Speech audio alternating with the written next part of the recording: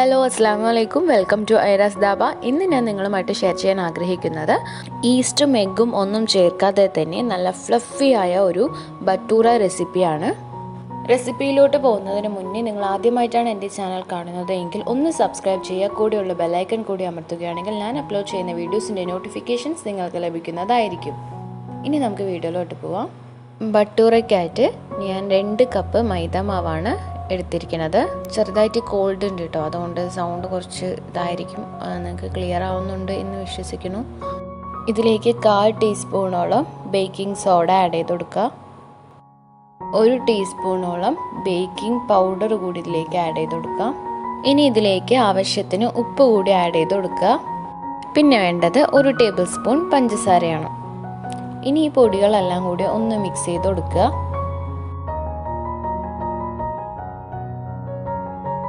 എന്നിട്ട് ഇതിലേക്ക് 1/4 കപ്പോളം തൈര് ആഡ് ചെയ്ത് കൊടുക്കാം. ഇത്തിരി കട്ടിയുള്ള തൈരാണ് ഞാൻ ഇതിലേക്ക് ആഡ് ചെയ്തിരിക്കുന്നത് കേട്ടോ. ഇനി ഇതിലേക്ക് 3 ടേബിൾ സ്പൂൺ അളവിന് ഓയിൽ ആഡ് ചെയ്ത് കൊടുക്കുന്നുണ്ട്. 1/4 കപ്പിൻ്റെ പകുതി ഭാഗമാണ് ഓയിൽ ഞാൻ ഇതിലേക്ക് എടുത്തിരിക്കുന്നത്. ഈ ഓയിൽ കൂടി ആഡ് ചെയ്ത് കൊടുക്കാം. ഇതിനെ ഒന്ന് ജസ്റ്റ് കൈ കൊണ്ടൊന്ന് കുഴച്ചെടുക്കുക.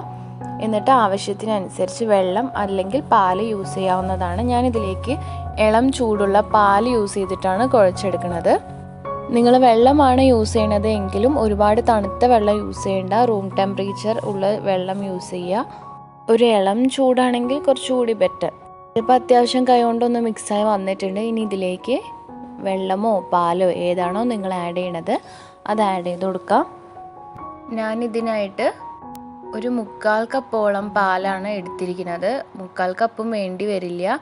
ഇത് നമ്മൾ ചപ്പാത്തിക്ക് കുഴക്കണ ആ ഒരു പരുവത്തിലല്ല കുഴച്ചെടുക്കേണ്ടത്. ഒന്ന് കയ്യിൽ ഒട്ടിപ്പിടിക്കുന്ന തരത്തിൽ കുഴച്ചെടുക്കണം കേട്ടോ.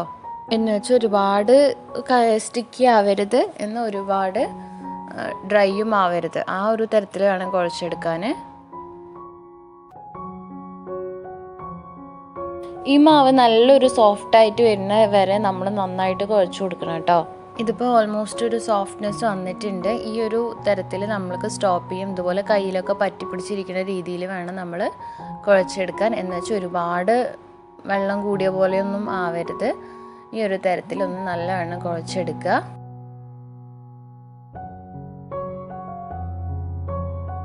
ഇനി നമ്മുടെ കയ്യിൽ കുറച്ചൊന്ന് ഓയിലാക്കിയിട്ട് നമുക്ക് ഇതിൽ തേച്ച് കൊടുക്കുക. ഫുള്ളായിട്ട് കംപ്ലീറ്റ് ആയിട്ട് ഇതിൻ്റെ ബാക്കിലും ഒക്കെ ആയിട്ട് മുഴുവനായിട്ട് തേച്ച് കൊടുത്തിട്ട് ഒരു 15 മിനിറ്റെങ്കിലും ഒന്ന് റെസ്റ്റ് ചെയ്യാൻ വെക്കുക. ഞാൻ 30 മിനിറ്റ്സോളം വെച്ചിരുന്നു കേട്ടോ.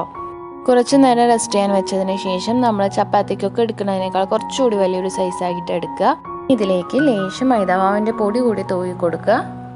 ഇനി നമുക്കിത് പരത്തിയെടുക്കാം. ഒരുപാട് നൈസായിട്ട് പരത്തണ്ട കേട്ടോ.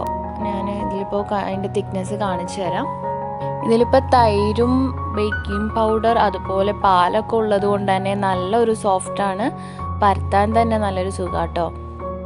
എളുപ്പത്തിൽ പരത്തിയെടുക്കാൻ പറ്റും. ഇത് ഞാൻ റൗണ്ട് ഷേപ്പിലല്ല കേട്ടോ ഫ്രൈ ചെയ്തെടുക്കുന്നത്. ഇത് ഞാൻ ജസ്റ്റ് ഒന്ന് പരത്തിയെടുത്തിട്ട് ഒന്ന് കട്ട് ചെയ്തിട്ടാണ് പരത്തിയെടുക്കുന്നത്. ഞാൻ എഗ്ഗ് യൂസ് ചെയ്തിട്ടുള്ളൊരു ബട്ടൂറ മുന്നേ ചെയ്തിരുന്നു. അതുപോലെ തന്നെയാണ് ഇതും ഞാൻ ഫ്രൈ ചെയ്തെടുക്കുന്നത്. ഇനി ഇതൊരു കത്തി എടുത്തിട്ട് ജസ്റ്റ് ഒന്ന് വരഞ്ഞു കൊടുക്കുക. നല്ല സോഫ്റ്റ് ആയിട്ട് ഇരിക്കുന്നതുകൊണ്ട് തന്നെ നമുക്ക് കട്ട് ചെയ്യാൻ കുറച്ചുകൂടി എളുപ്പമാണ് കേട്ടോ.